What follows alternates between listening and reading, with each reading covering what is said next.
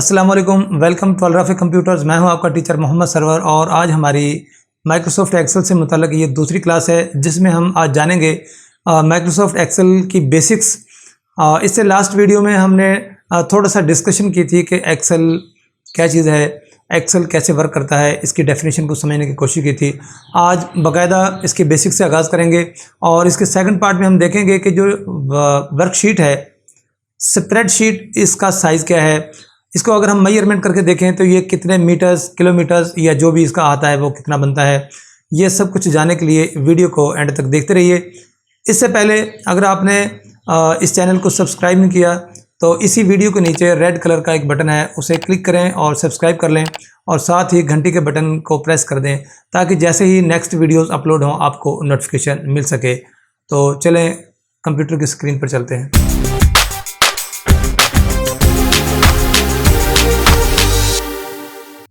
हम इस वक्त कंप्यूटर स्क्रीन पर हैं। आप देख सकते हैं कि जैसे ही आप माइक्रोसॉफ्ट एक्सेल को लॉगिन करते हैं तो आपको कुछ इस तरह से इंटरफेस दिखाई देता है जो कि इसका होम पेज है। अब आप यहाँ देख सकते हैं कि सबसे पहले ये ब्लैंक वर्कबुक है। अगर आपको ब्लैंक वर्कबुक चाहिए तो आप यहाँ क्लिक करके ओपन कर सकते हैं। यहीं से हम स्टार्ट करेंगे। साथ में कुछ चीज़ें दी हुई हैं, ये टेम्पलेट्स हैं जो कि माइक्रोसॉफ्ट ऑफिस की जानिब से रेडीमेड कुछ वर्कबुक्स होती हैं। इसको भी हम अपनी ज़रूरत के मुताबिक यूटिलाइज़ कर सकते हैं। और ये नीचे आप देख सकते हैं, ये वो वर्कबुक्स हैं जिन पर रिसेंटली काम किया गया है और ये कंप्यूटर में सेव्ड हैं। अगर आपने इनमें से किसी वर्कबुक को ओपन करके काम करना है तो आप यहाँ से भी ओपन कर सकते हैं। साथ ही ये न्यू और ओपन की ये कुछ कमांड्स हैं, इनको हम आगे चल के फाइल मेन्यू के अंदर देखेंगे। और अब हम चलते हैं ब्लैंक वर्कबुक की तरफ। जैसे हम क्लिक करते हैं तो कुछ इस तरीक़ा से ये हमें एक पेज दिखाई देता है जो कि इसका बेसिक इंटरफेस है। आज इसी को हमने समझना है कि ये क्या है और इसके ऊपर हम कैसे इसको यूटिलाइज़ करके आप काम कर सकते हैं। तो ये सबसे ऊपर आप देख सकते हैं लेफ़्ट कॉर्नर पे, यहाँ पर आपको ये क्विक एसेस टूल बार्स नज़र आ रहे हैं। यहाँ पर कुछ ये लिमिटेड हैं, आप चाहें तो इनको अपनी मर्ज़ी से सेट कर सकते हैं। ये छोटा सा एक तीर का निशान आपको नज़र आ रहा है, अगर आप यहाँ पे क्लिक करें तो ये बाकी कमांड्स यहाँ पर मौजूद हैं जिनके साथ ये टिक का निशान बना हुआ है, ये आपको स्क्रीन पर दिखाई दे रहे हैं। और अगर आप किसी और को यहाँ से चूज़ करना चाह रहे हैं तो सिलेक्ट करें और इसको आप अपनी स्क्रीन पर ला सकते हैं। और अगर किसी को ख़त्म भी करना है तो आप यहाँ से क्लिक करके उसे ख़त्म कर सकते हैं। जैसा कि ओपन की कमांड यहाँ मैं क्लिक कर दूँ तो आप देखें यहाँ से ओपन की कमांड गायब हो चुकी है। दोबारा लाने के लिए यहीं पर फिर क्लिक करेंगे और आप ये देख सकते हैं कि यहाँ पर ये आपके सामने मौजूद है। इसके साथ ही नीचे देखें ये फाइल मेन्यू है। फाइल मेन्यू के जैसे ही हम इसको क्लिक करते हैं तो ये आपको जैसा कि स्टार्ट में हमें स्क्रीन दिखाई दे रही थी, यहाँ पर ये कुछ कमांड्स मौजूद हैं। न्यू, अगर आपको कोई नया डॉक्यूमेंट लेना है, जिस वर्कबुक पे हम काम कर रहे हैं अगर उसको हमने क्लोज़ कर दिया है और उसके बाद हमें दूसरी कोई नई वर्कबुक लेनी है तो हम यहाँ पे क्लिक करके और नई वर्कबुक ले सकते हैं। नई से मुराद सिर्फ ब्लैंक वर्कबुक ही नहीं है, ये बाकी चीज़ें भी न्यू डॉक्यूमेंट में आ सकती हैं जो कि इसकी वर्कबुक्स हैं। और ओपन से मुराद वो तमाम वर्कबुक्स जो आपके कंप्यूटर में आपने सेव कर रखी हैं। यहाँ से क्लिक करेंगे, ब्राउज़ करके हम लोकेशन बताएंगे, जहाँ पर फाइल होगी उसे सिलेक्ट करेंगे और उसे हम ओपन कर सकते हैं। ये फर्दर आगे चल के हम इसके बारे में इंशाल्लाह बात करेंगे। और नीचे सेव, अपनी वर्कबुक को सेव करने के लिए यहाँ पर हम क्लिक करेंगे और सेव कर लेंगे। और ये नीचे कुछ कमांड्स और हैं, save as, print, share, export वगैरह। इन चीज़ों के बारे में डिटेल हम नेक्स्ट किसी वीडियो में बात करेंगे। आज हम बेसिकली बात करेंगे इसके जो बेसिक इंटरफेस है वहाँ पर इसकी बेसिक कौन सी कमांड्स हैं और उनको हम कैसे यूटिलाइज़ कर सकते हैं। एक चीज़ और मैं यहाँ पर क्लियर कर दूँ, 2016 माइक्रोसॉफ्ट एक्सेल 2016 और 2019, इस वक्त जो मैं ये माइक्रोसॉफ्ट यूज़ कर रहा हूँ ये 2019 है। अगर आप अपने कंप्यूटर पे चेक करना चाहें कि आपका वर्जन कौन सा है तो आप यहाँ से नीचे जाएंगे अपने अकाउंट्स में। जैसे आप अकाउंट के ऊपर क्लिक करते हैं तो ये देखिएगा आपके सामने कुछ इन्फॉर्मेशन आ जाती हैं और ये बता रहा है कि ये माइक्रोसॉफ्ट ऑफिस प्रोफेशनल प्लस 2019 है।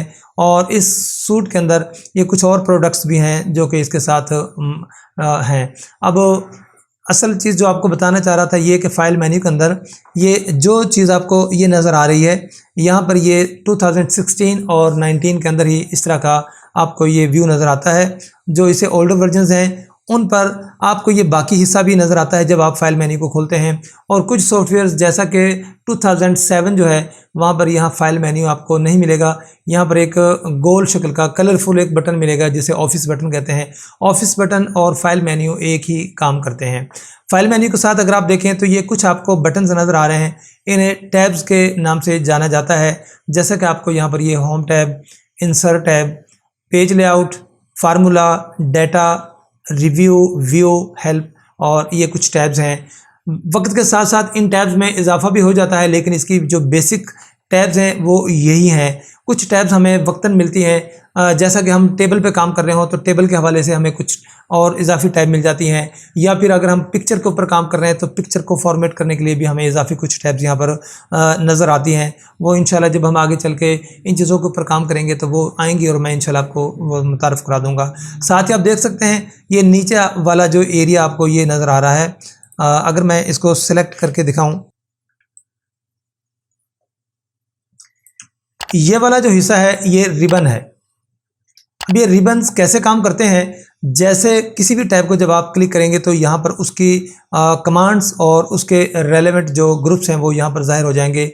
जैसा कि होम के अंदर आप देख सकते हैं, पहला ग्रुप क्लिपबोर्ड, दूसरा font, alignments, number, style, cell और एडिटिंग है। इसी तरीके से दीगर जो टैब्स हैं उनको जब हम क्लिक करते हैं तो उनके मुतलका जो ग्रुप और कमांड्स हैं वो यहाँ पर ज़ाहिर हो जाती हैं। तो ये वाला जो एरिया है इसे इस एरिया को रिबन के नाम से जाना जाता है। साथ में इंसर्ट टैब पे जब आप क्लिक करेंगे तो इससे रेलेवेंट कमांड्स आपको मिल जाती हैं। पेज लेआउट, इसके रेलेवेंट कमांड्स आपको यहाँ पर मिल जाएंगी। और इसी तरीके से फार्मूला, डाटा, रिव्यू और व्यू, इसके अंदर जो भी कमांड्स हैं जिस टैब को क्लिक करेंगे वो आपको यहाँ पर ज़ाहिर हो जाएंगी। इसके नीचे आप देख सकते हैं ये एक छोटा सा सेल आपको यहाँ पर दिखाई देगा, यहाँ पर ये वाला, इसे नेम बॉक्स कहा जाता है। नेम बॉक्स क्या है कि जिस भी सेल को आप क्लिक करेंगे, जैसा कि मैं यहाँ पे क्लिक करता हूँ तो आपको इसका यहाँ पे नाम दिखाई देगा। अगर मैं किसी और सेल को क्लिक करूँ तो आप ये देख सकते हैं, और ये नाम जाहिर करता है कि ये किस कॉलम में मौजूद है और ये किस रो में मौजूद है। अगर कॉलम की बात की जाए तो ये ऊपर आप देख सकते हैं ये ऊपर से जो वर्टिकली जो दो लाइनें हैं, वर्टिकल लाइन्स के अंदर जो एरिया होता है ये कॉलम कहलाता है, और इनको ज़ाहिर किया जाता है अल्फ़ाबेटिकल A, B, C और दीगर इस तरीके से। इनकी तादाद काफ़ी है, इसके ऊपर ही आज हम रिसेंटली बात भी करेंगे इंशाल्लाह। और आप देख सकते हैं कि लेफ़्ट साइड पे आपको जो दिखाई देता है ये रो है, जो कि हॉरिजॉन्टल रोज़ हैं, इनके दरमियान में जो स्पेस बनती है ये रो है। अगर मैं इसे थोड़ा सा खुला करके आपको दिखा दूँ, ये देखिए ये एक रो है। इस तरीके से 1 2 3 4 5 6 ये मुख्तलिफ रोज़ हैं और इनकी बहुत ज़्यादा तादाद है। ये भी अभी हम देखते हैं कि ये कितनी तादाद है और कितना एरिया ये कवर करती हैं। इसके साथ ही आप देख सकते हैं जो यहाँ पर आपको ये नेम बॉक्स के साथ हिस्सा दिखाई देता है, ये वाला, ये आप देख सकते हैं ये फार्मूला बार है। फार्मूला बार कैसे वर्क करता है कि जब हम किसी भी सेल के अंदर कोई फार्मूला पुट करते हैं तो उस सेल के अंदर, जिस सेल के अंदर हमने फार्मूला लिखा होता है वहाँ पर हमें उसके रिजल्ट्स मिल रहे होते हैं, और जो वो रेलेवेंट फार्मूला है वो हमें इस बार के अंदर ही दिखाई दे रहा होता है, और यहीं से हम इसको एडिट भी कर सकते हैं, कॉपी पेस्ट भी कर सकते हैं, और ये इंशाल्लाह सारी चीज़ें हमारे आगे चल के काम आने वाली हैं। और दूसरा आप देख सकते हैं कि ये नीचे आप देख सकते हैं लोअर लेफ़्ट साइड पे ये आपको शीट 1 दिखाई दे रही है। ये शीट है जिसे कि स्प्रेडशीट कहा जाता है। जैसा कि मैं आपको फिर रिपीट कर दूं, हम माइक्रोसॉफ्ट एक्सेल यूज़ कर रहे हैं और इस वक्त हमने इसकी एक वर्कबुक खोली हुई है। जैसा कि हम किसी एक किताब की बात करें तो उसके अंदर बहुत सारी शीट्स होती हैं, हर शीट का साइज़ कोई छोटी होती है कोई बड़ी, और इसी तरह किताब का साइज़ बनता है। तो ये हमारे पास जो वर्कबुक है इसके अंदर ये शीट है, और ये शीट 1 है। अगर आपको मज़ीद शीट चाहिए तो ये प्लस का सिंबल यहाँ पे बना हुआ है, यहाँ पे क्लिक करेंगे आपको शीट 2 मिल जाती है। दोबारा से आप क्लिक करें शीट 3, ऐसे ही जितनी दफ़ा भी आप इसको क्लिक करेंगे आपको बहुत सारी शीट्स मिल जाती हैं, और ये तमाम शीट्स मिलकर ही एक मखसूस वर्कबुक बनाती हैं, जो कि आपके ऊपर टाइटल बार पे आपको शो हो रहा होता है। ये देखें यहाँ पर जहाँ पे लिखा है बुक 1, ये इसका नाम है जो वर्कबुक अभी हमने ओपन की हुई है। अगर आप इसको सेव करेंगे तो जो उस वक्त आप उसको मखसूस नाम देंगे यहाँ पे आपको वो नाम ज़ाहिर हो रहा होगा। और साथ ही जैसा कि ये एक्सेल लिखा हुआ है, यहाँ पर कोई भी प्रोग्राम जो कि एप्लीकेशन लॉन्च हुई होती है यहाँ पर उसका नाम ज़ाहिर हो रहा होता है। और ये ऊपर वाला जो हिस्सा है इसे टाइटल बार कहा जाता है। टाइटल बार के साथ ही अगर आप देखें तो यहाँ पर आपको कुछ ये चीज़ें मिल जाती हैं, जैसा कि ये रिबन की ऑप्शंस हैं, रिबन को डिस्प्ले आपने कैसे करना है। यहाँ पर ये सबसे नीचे वाली इस वक्त ऑप्शन सिलेक्टेड है, इसके अंदर शो टैब्स एंड कमांड, जैसा कि हमें ये टैब्स भी दिखाई दे रही हैं और हमें ये कमांड्स भी नज़र आ रही हैं। अगर मैं इसके साथ वाली जो दरमियान की ऑप्शन है इसे सिलेक्ट कर लूँ तो आप देखेंगे कि कमांड्स गायब हो चुकी हैं और सिर्फ हमें इस वक्त टैब्स ही नज़र आ रहे हैं। और अगर इसके साथ तीसरी ऑप्शन को हम यूज़ करें, ऑटो हाइड की ऑप्शन है जिसमें कि टैब्स और कमांड्स इस वक्त तमाम हाइड हो चुके हैं। अगर मैं टाइटल बार के ऊपर क्लिक करूं तो आपको ये टैब्स और कमांड दोबारा मिल जाएंगे और जैसे मैं इसको रिलीज़ करता हूं तो ये फिर हाइड हो जाती हैं। अगर आप इसको परमानेंटली देखना चाहते हैं तो आपने फिर यहीं पर जाना है, इस एरो पे क्लिक करें जो ऑप्शंस वाला है और ये सबसे नीचे वाली ऑप्शन को आप सिलेक्ट करके आप टैब्स और कमांड्स को दोबारा से शो कर सकते हैं। इसी तरीके से आप हाइड कर सकते हैं। इसके साथ ही ये एक माइनस की इलामत जैसा है, ये कि आप इस वर्कबुक को मिनिमाइज़ कर सकते हैं और मिनिमाइज़ होकर जो वर्कबुक है ये आपके नीचे टास्क बार पे चली जाएगी।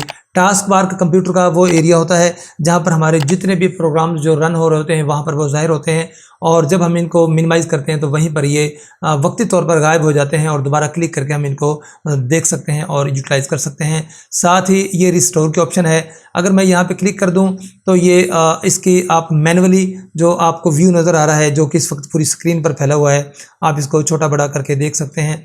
अगर मैं यहाँ क्लिक करूँ तो आप देख सकते हैं, ये देखिएगा इसका साइज़ छोटा हो गया। आप कॉर्नर से पकड़ के इसको छोटा बड़ा कर सकते हैं, अपनी मर्ज़ी से इसको सेट कर सकते हैं। और इसी के ऊपर अगर मैं दोबारा क्लिक करता हूं तो आप देख सकते हैं कि ये पूरी स्क्रीन पे आपको नज़र आ जाता है। और साथ में ये एक छोटा सा क्रॉस बना हुआ है जो कि क्लोज़ की कमांड है। अगर आप यहाँ पे क्लिक कर दें तो आपका ये जो वर्कबुक है ये बल्कि पूरा ये आपका प्रोग्राम ही क्लोज़ हो जाएगा। मैं वापस फिर शीट्स की तरफ आता हूँ। ये शीट्स हैं, इनके आप नाम भी बदल सकते हैं, जैसा कि शीट 1 है। अगर आप यहाँ राइट क्लिक करें तो यहाँ पर आप देखेंगे ये रीनेम की ऑप्शन है। रीनेम पे क्लिक करके अगर फर्ज के मुझे यहाँ पर कोई नाम इसको असाइन करना है तो वो नाम मैं लिख सकता हूँ, ये नाम है इसका। इस तरह आप बाकी शीट्स का भी नाम चेंज कर सकते हैं। आप इसकी पोजीशन भी चेंज कर सकते हैं।